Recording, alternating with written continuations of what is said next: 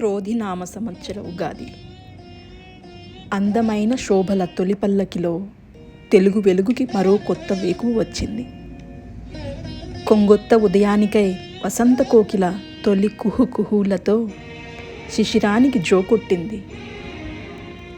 చిలకపచ్చ తోరణాలతో రంగుముగ్గుల తెలుగు ఇంటి ముందుకు వచ్చింది.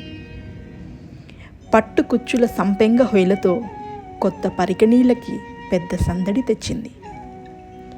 వసంత ఋతువుకి కొత్త కాంతులతో మామిళ్ళు వేపలకి కొత్త చిగురొచ్చింది. షడ్రుచుల మేళవింపు కొత్త పచ్చడితో తెలుగు తేనెలకి కొత్త రుచులు తెచ్చింది.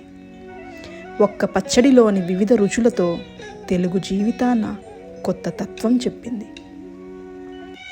బొబ్బొట్లు, అరిసెలు, బూరెల ఘుమఘుమలతో ముద్దపప్పు పరమాన్నం పండగొచ్చింది.